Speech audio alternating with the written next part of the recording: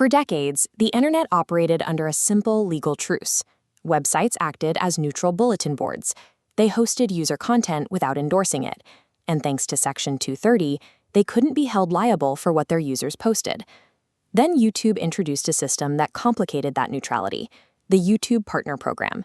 Instead of leaving videos untouched, the platform began attaching advertisements to user uploads. This diagram outlines the new arrangement. Corporate advertisers paid YouTube, and YouTube shared that revenue directly with the uploaders. Creators kept 55% of the ad money, and the platform took a 45% cut. By taking a direct cut of the revenue generated by specific videos, the platform stepped out of its role as a passive host.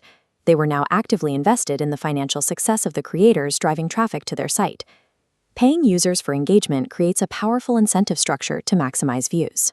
It also creates a massive legal vulnerability if the platform ends up writing checks to a criminal enterprise. Gregory Jackson, known online as Onishin, built a massive audience on YouTube. For over 10 years, he monetized highly volatile and controversial content, racking up billions of views. In 2023, a former fan named Regina Alonso filed a federal civil lawsuit, arguing that this specific financial arrangement makes YouTube liable for Jackson's actions. The complaint alleges that Google actively entered into an agency and profit-sharing relationship with an alleged predator. Alonso's legal team is relying on the Fight Online Sex Trafficking Act, or FOSTA, and the Trafficking Victims Protection Reauthorization Act. These laws specify that liability protections disappear if a company knowingly benefits financially from a sex trafficking venture. This litigation forces a decision on whether a platform's financial structure makes it an accomplice. It asks if the corporate profit-sharing model can survive the same scrutiny applied to any other labor contract. According to the court filings, Jackson intentionally optimized his content to attract adolescent girls. He published videos dissecting topics like body image, self-identity, and depression, actively targeting the insecurities of vulnerable teenagers. The lawsuit details a process of collaborative grooming. Jackson's spouse, Lucas, known online as Lainey, allegedly engaged these young fans directly. Presenting as a safe, relatable adult, Lainey would initiate private group chats, solicit explicit images, and gradually desensitize the minors to sexual conversations. This digital funnel isolated the victims from their real-world support systems. The goal was to convert online parasocial attachment into physical proximity, eventually luring the teenagers to travel to the couple's home in Washington state. This chart tracks the financial engine behind the behavior.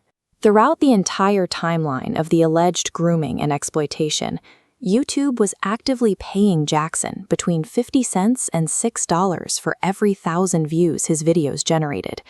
The platform's automated payment systems were effectively subsidizing a digital grooming operation, compensating the creators every time a new potential victim clicked on their content. When other creators and independent investigators tried to expose these grooming allegations, Jackson actively suppressed them to protect his platform. The story eventually caught the attention of traditional media. Former television host Chris Hansen launched an independent investigation, broadcasting extended interviews with several of the survivors detailing the abuse. Jackson retaliated aggressively. He called the police on reporters, filed civil lawsuits for cyberstalking, and sought protection orders against Hansen and other prominent critics to force them into silence. While this played out publicly, platforms like Patreon and Twitch terminated Jackson's accounts, citing clear violations of their bullying, harassment, and doxing policies. YouTube took a different approach. Despite a massive community uprising and a widespread campaign demanding his removal, the company kept Jackson's partnership account active, continuing to serve ads and split profits. This reveals a systemic blind spot in platform governance. As long as the videos themselves passed the automated checks for advertiser friendliness, the company ignored the mounting real-world evidence of severe community harm. YouTube finally severed its financial ties with Jackson in January 2021, stripping his channels of monetization only after the release of a mainstream documentary on Discovery+. To justify the demonetization, YouTube cited its creator responsibility policy.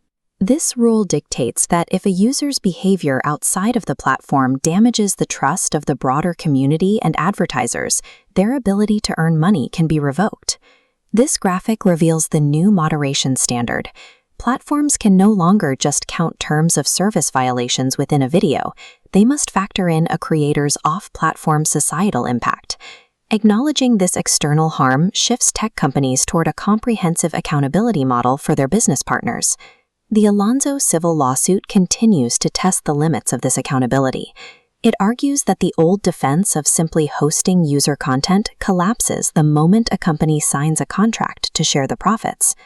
When automated systems are optimized exclusively for engagement, tech companies risk actively financing exploitation.